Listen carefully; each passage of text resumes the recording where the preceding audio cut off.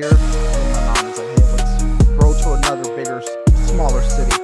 Moved to North Liberty. I lived out there from 2008 to about. Hello again, everyone, and welcome to Cal's Corner Ministries here. And this is our day 2 of our Des Moines trip.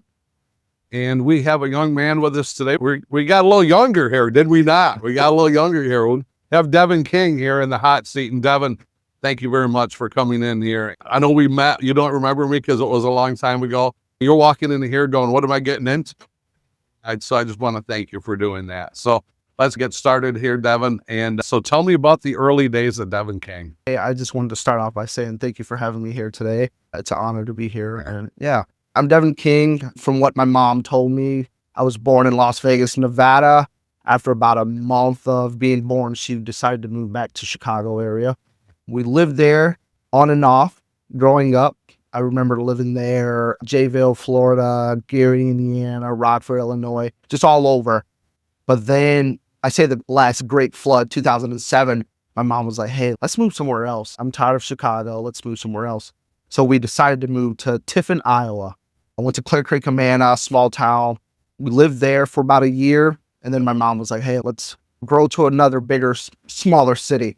Moved to North Liberty. I lived out there from 2008 to about, 2013. And then finally, my mom, with her nomad ways, she was like, hey, I want to move again, but I don't think still Chicago. So she finally decided Des Moines. So you were jumping schools in a lot then too. A lot. I remember, I don't really tell a lot of people this, but I remember being in kindergarten in 3 different schools. I remember in Gary, Indiana, and Chicago twice. And then in Florida, I remember it being hot and getting us in trouble and getting the paddle. They were like, hey, we're going to paddle you down there in Florida. They're like, hey, we're not playing.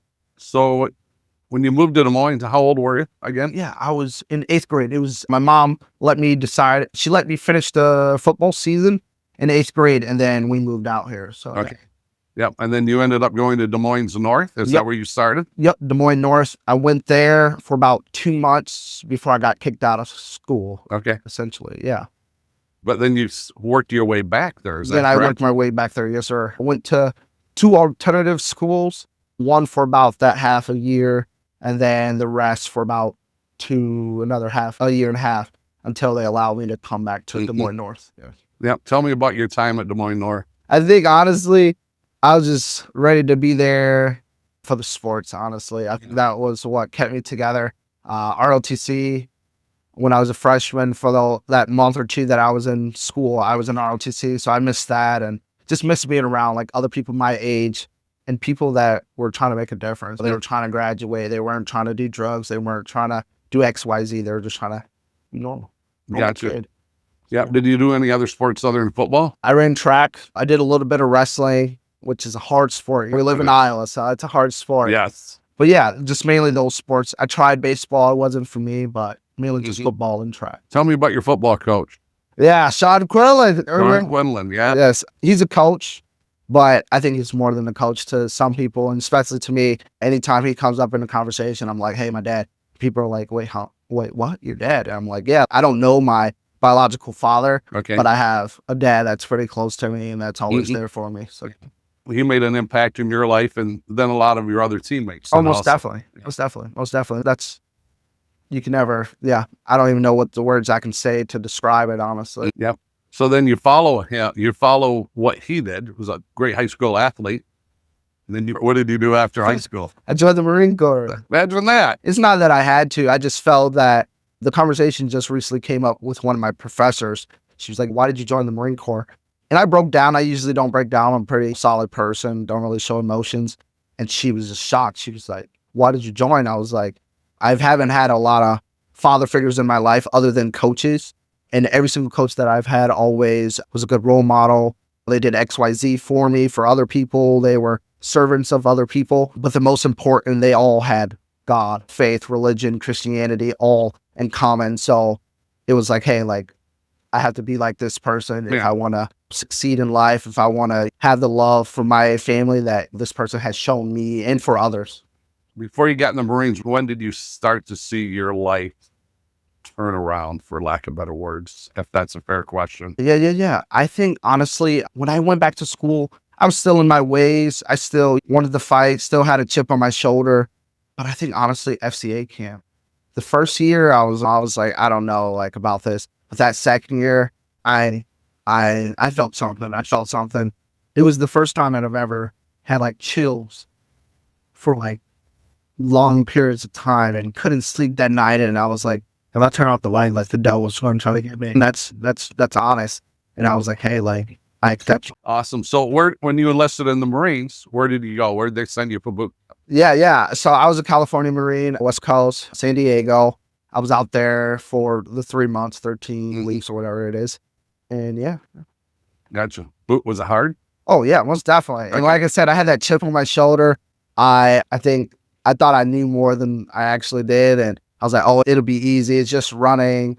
It's just fitness. I've always done this. But it's knowledge. It's discipline. It's shave every single day. It's the little things that you don't think about actually matters. That shave every day thing, is that what? Yeah, I shaved this morning. Like after 2 days, I wouldn't have shaved other than we're doing this today. And my wife if she would have seen this, she would have gone, "Why did you?" Yeah, so yeah, I shaved this morning. But I like Sean over there. He can every once in a while he lets it go a couple days. I'm like, yeah, I know how you roll there. Yeah. So yeah, just a lot more of the discipline. For sure. Gotcha. So you come out of boot camp. Where do you go after that? Yeah, I came home for about 10 days. I actually seen Coach Q at I think it was Iowa State versus someone. He was doing ROTC tailgating. And I seen him. I was like, hey, good to see you. And then that's all I remember for that 10-day leave. Other than that, I don't remember anything. It was just so high paced, trying to get everything in order. Yeah. But after that 10-day leave, I wind up going back to California to Camp Pendleton for MCT. Which is what? MCT is like another training that you go through to learn how to shoot, land navigation. You're learning more discipline, more traditions, more education, knowledge. It's like the phase 2 of being a Marine. Okay. In a sense. Yeah. Gotcha. Tell you what, we're going to take a quick break here a moment, and then we're going to come back with more of your Marine journey. Good to go. So yeah, this is Cal's Corner Ministries. We'll be back in just a moment. Welcome back here to Cal's Corner Ministries. And once again, Devon King here sitting in the hot seat, and we appreciate you so much. We're going to jump back a little bit. We're going to go back a little bit in time here to high school. And I was brought aware, and I've watched this on TV. I watched it actually a few times for me. And well, you have been on ESPN, and now not very many people can say that you were actually a part of, I think it was a 30 for 30 on ESPN. And you were one of the main characters, you and another one of your teammates. As far as like coming through high school, tell us about that little 30 for 30 on ESPN. Yes, that's a good question. It was about me jumping home to home, me being exposed to things that young men should not be exposed to in an early age, such as fighting in the streets, having the ability to get a hold of weapons, firearms, bullets, stuff like that. But yeah, it was a good story. I was just glad that I was able to share it. But there was men in that story whose story impacted me more than me sharing what, happened, such as Locker Brew 2. That was one of my classmates. His story was very impactful and very eye-opening to see what it's like for a refugee to come to America and not know anything about football. And hey, football is what saved him. And of course, Coach Q's story, it helped me understand where he was coming from and his history about the Marine Corps and about sacrifices that he made serving in the Marine Corps as long as he did, and had to take time away from his family at times. So yeah. I'm very thankful for that. Yep. I'm sharing their stories also. A lot of times, he was gone from his family. And you're right, they make a huge sacrifice. The family does. You ended up, I believe, staying with a certain family for a while. Yes. And when you were in high school, talk to us about that family that took you in. Yes. It was my third family officially. It would have been my fourth family. But like I said, Coach Q wakes up a little bit too early for me. I couldn't come to school that early. But yeah, it was my third family, the Connors. It was a former teammate of mine. He knew what I was going through. I was waiting to move in with my athletic director. And about 2 to 3 days before school started, he was like, hey, dude, like, you can't move in. My stepdaughter's dad isn't going to sign the paperwork, yada, yada. So I was stuck. I did my whole summer playing football, getting ready. But that time I could have been spending getting a job, finding my own place, yada, yada, yada. And then Noah Lane was like, hey, dude, he saw me break down to Coach Q after Coach Q offered to let me move in, but I was like, oh, that's pretty early. A home is a home. But yeah, Noah Lane was like, hey, let me ask my family and let me get back to you in a few days. And I kid you not, that night I got a Snapchat from him and he was like, hey, dude, they said that you can move in with us. They just want to meet you first. And I met with them. Grandma, I call her Nana. She gave me a hug the first meeting. Papa, Ralph, he handshaked, gave me a good handshake, looked me in the eye. And he was like, tell me what's going on. You know, we want you to come live with us, but there's 3 rules and I'll never forget it. No drugs, no alcohol, which that was fine, whatever. He said, you got to finish school. And I was like, okay, I'm in school. He said no gang banging, which was fair. Yeah. I had to step away from a few things that I was doing, moving too fast in the streets. So I was like, that's fair. That's fair. I can live by these rules. And then, yeah, the next day, Noah helped me move everything in. We shared a room and we had the attic and it was awesome. And then I remember pulling out my phone and they were like, hey, like, this is your bed. And I was like, really? Like, I got my own bed. I remember I have my own bed. Yep. Like, it was definitely an eye opener for me. Yeah, I remember seeing that on the ESPN. I don't know how many years ago it was, but things that you just remember. For sure. You remember seeing that and just going, wow. Yes, sir. Yeah, gotcha. Wild. All right, let's bounce back to the Marines. And so you've gone through boot camp, you're 10 days home, and then you come back.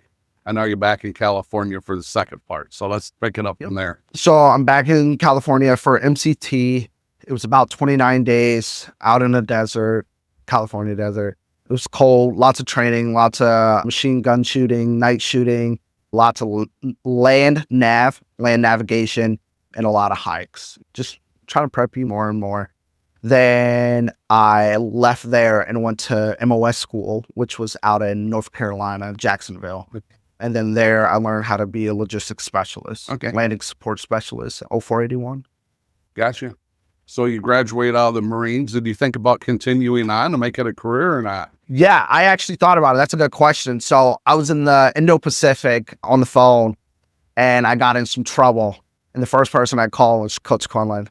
I was like, hey, I'm probably about to get NJP'd. It's like a military charge for not shaving.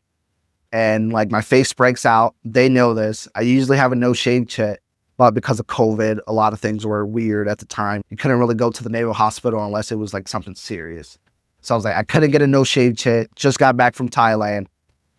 And he's like, dude, I wish I can be there to help you. I can try to contact a few people, but you messed up. You got to take it. Coach Q, I'm going to tell you when you're wrong and I'm going to be there when you're right. No matter what, I'm going to be there. But so, yeah, I got a NJP for not shaving. The next thing I got off ship, COVID died down. So I was able to go get a no shave chip. But to tie that into it, the Marine Corps is strict on our traditions, which I understood. But I also was told one thing. Hey, like when you go into the Marine Corps, you'll be eligible to get a no shave chit and keep it maintained. But because my face breaks out. Yeah. So I was like, okay, cool, fine, dandy. My unit sent me away to another unit for about 6 months. I came back. I was a corporal now, E4. I was like, hey, dude, like, I want to stay in the Marine Corps. Got everyone to sign off. Hey, you're good. Nothing. I've never gotten any trouble in the Marine Corps. No underage drinking, no drugs, no drinking and driving, no SA, no nothing. Top PT scores, and I'm competent in my job. And the next thing you know, someone in my unit was like, hey, no, we're not going to sign it. You're not eligible to stay in the Marine Corps. So now I'm getting conflicting information. The corpsman, the officer, the head corpsman said I was eligible. Now she's telling you guys I'm not eligible. So which one is it? So I decided to request mass. So it's basically, hey, my unit isn't doing what they're supposed to be doing. I'm going to go above them. And I went above that next person and above that next person. I went to the top officer on island. My documents were sealed. I knew the rules and regulations because I read up on it and was informed by one of my sergeants. So yeah, and then the Marine Corps decided to say, hey, you know what? You're right. You're a squared away Marine for the most part. You have gotten in trouble for no shaving, but other than that, your unit's not going to kick you out. We're going to give you a permanent no shave chit. And that came down from headquarters Marine Corps in October of 2021. And then January of 2022, the Marine Corps came out with a new order saying, January 31st, saying, hey, we know we've done XYZ against Marines with beards.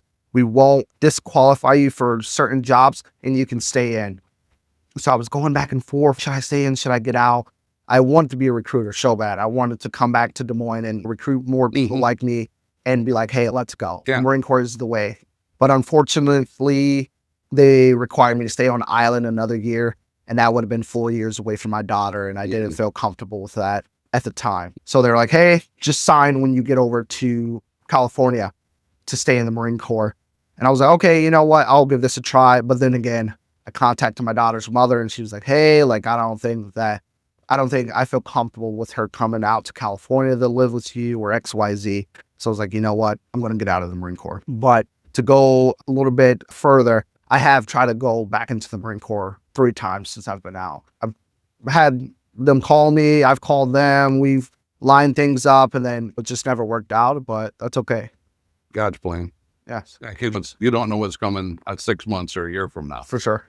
You might be doing a men's ministry someday. 20 years ago, if you would have said, I was going to do this men's ministry called Grant Men's Ministries forever 18 years ago, I'd have went, you're crazy. And if you would have said, hey, and at that same time, you're going to start a ministry called Cal's Corner, I'm going to want, you're really crazy because I know nothing about this stuff, but I got Phil and I got Ariel. So they're the ones that do all the work. I just get to have the fun here visiting with guys like you. So we're going to take a quick time out and we'll be back here in just a moment.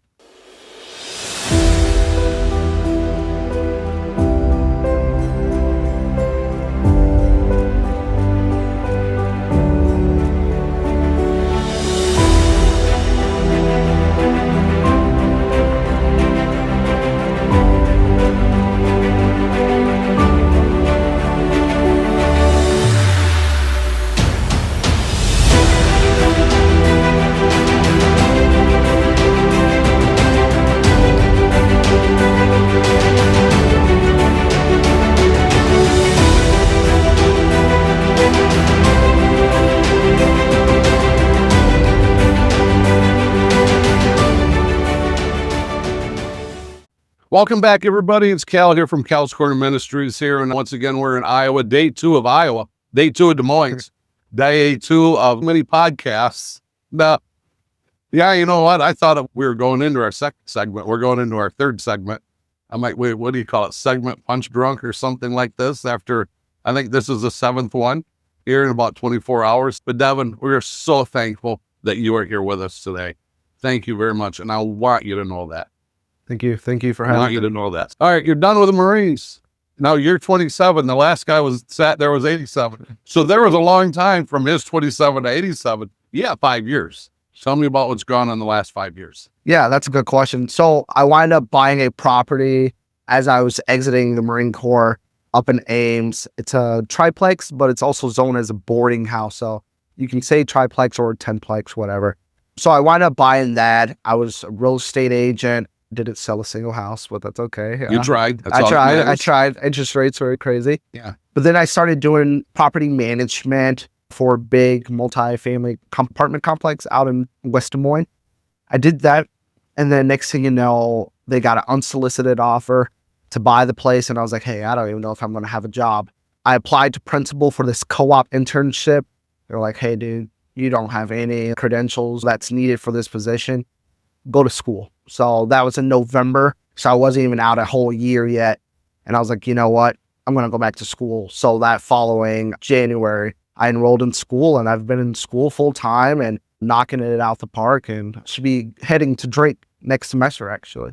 Really? University. Yeah. What's your, when you're graduated, what's your degree going to be in? Yeah. So that's a good question. So right now I'm undecided on finance and econ, or would I just stay finance? I don't know yet. But yeah, finance, essentially.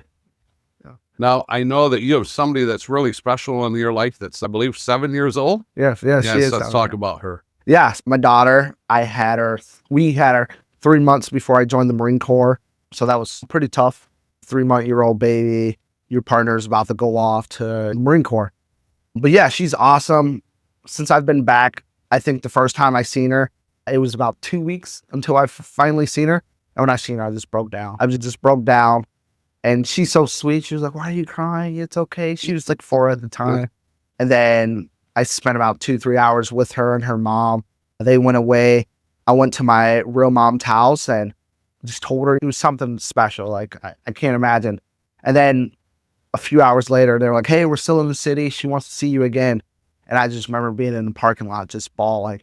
And I called my mom and I was like, I just can't stop crying. She was like, why? Are you okay? And I was like, I just can't stop. I was away from this individual for so long, my family, my daughter, this precious thing for so long. And now I'm so close to her. It's like, I don't want that to ever stop. I want the bond to ever break. And yeah. Yeah. Does she live locally here? So she lives about 45 minutes away down in Knoxville. Okay. Yeah. So close. Yeah. So yeah, Fairly that's close. awesome. Yeah. Yeah. You kind of got a little bit of an insight like what Sean went through Sure. with the 3 deployments, and you're away from your family. I think the 1 deployment was over a year. So that difficult. And like Sean talked about earlier, it's the mom, the wife becomes the rock star of the family, taking care of everybody. Yeah. Tell me about your mom. What's she doing now? Yeah, my mom, she's awesome. I'm not gonna lie. I had a dream when I was over in Okie, and it was like that my siblings weren't my siblings. And I was like, what? And they were like my cousins, and they were getting broken up, and like they were going through DHS. And I just remember waking up and I messaged my mom and I was like, I forgive you.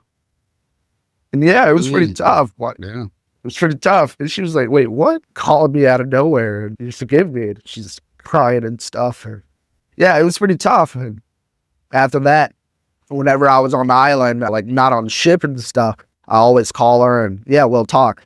And then yeah, ever since that day, it's like our bond has gotten closer and I forgive her for a lot of stuff that happened. Because your mom's human too. Yeah. And we all make mistakes. Yeah.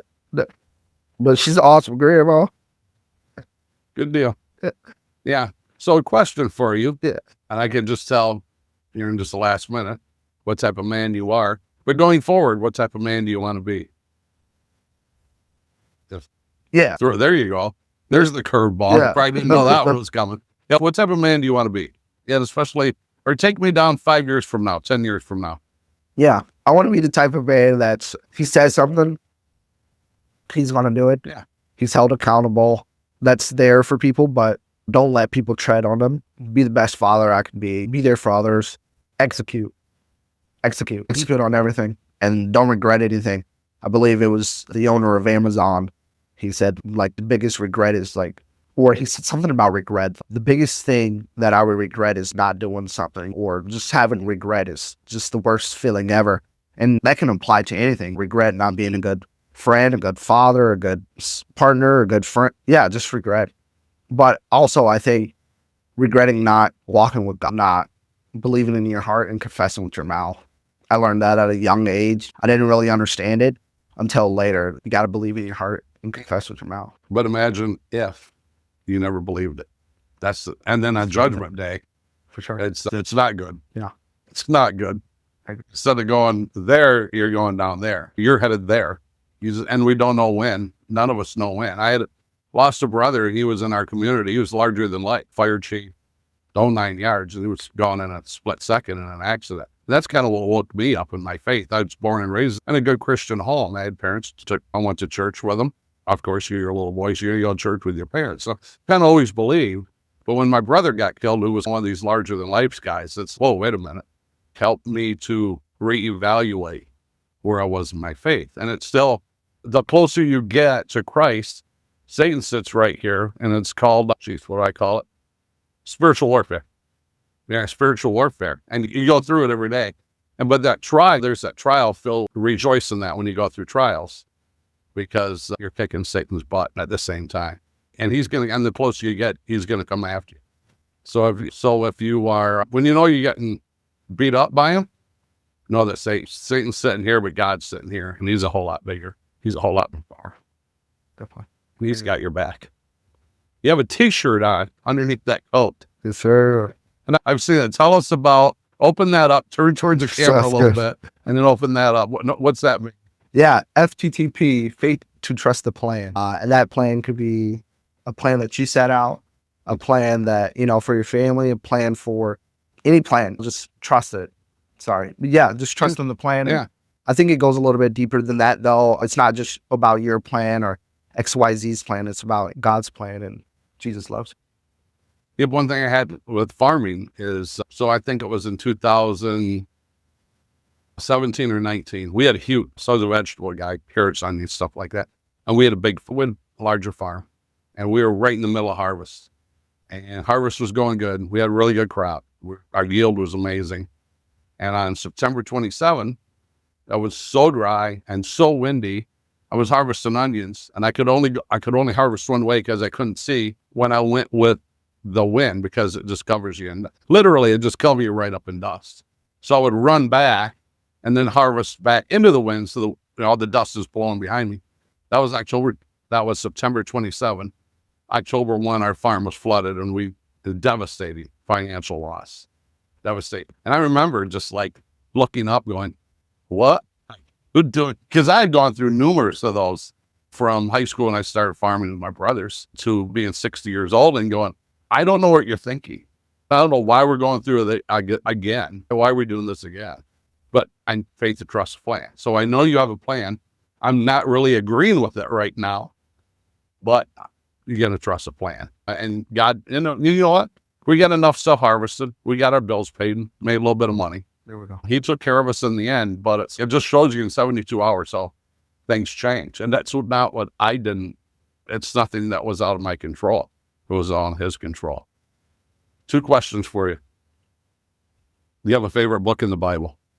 Yes. So I'm going to be totally upfront with you right now. I don't know a lot of books in the Bible, but recently, I want to say it was the end of last semester. I was just going through it like really bad, that I downloaded a Bible app actually, and it's just called Bible. It's like brown with orange, yellow writing on it. And I just started reading it, and I haven't been reading it as much as I planned to, but I started reading Genesis, and it was definitely a eye opener and a lot of big words that I was not familiar with. Amen, brother. Yeah. Yeah. So I'll give you a suggestion, and just a suggestion.